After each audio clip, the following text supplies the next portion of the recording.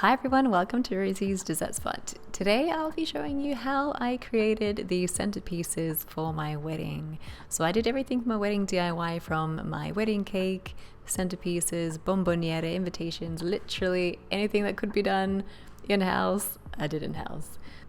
Being that I am a cake decorator, naturally I figured, how about we use cakes to decorate each table? So I had 18 two-tier cakes that are made up of styrofoam, glued them together with some hot glue, and then iced the entire thing with royal icing. I like to use the ratio 1 to 4.5 or 1 to 5. Basically that means for every 100 grams of egg white, you would have 450 grams of icing sugar, or about 500 grams of icing sugar. If you find that it's a little bit too thick and it doesn't want to apply to the cake easily, just add a little bit of water to make it a bit more pliable.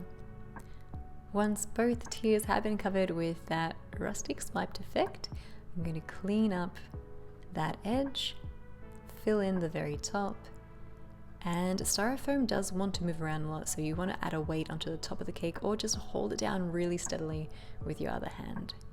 Follow through with all the other cakes, allow them to set overnight, and in the meantime I'm going to create the little bouquet that's going to be decorating these cakes. I've trimmed off a couple of leaves so that I had room to add the floral tape, the foliage, and the succulent looking leaf there. These are all fake flowers too, by the way. So basically I wanted this to last as long as possible without having anything perishable for the day. You will need 2 of these per cake. One of them you can add at the very top, and I love how those leaves kind of glide off the side. And then I'll add one right in between the 2 tiers. I'm sticking my gold mirror acrylic cake badge to the cake with royal icing.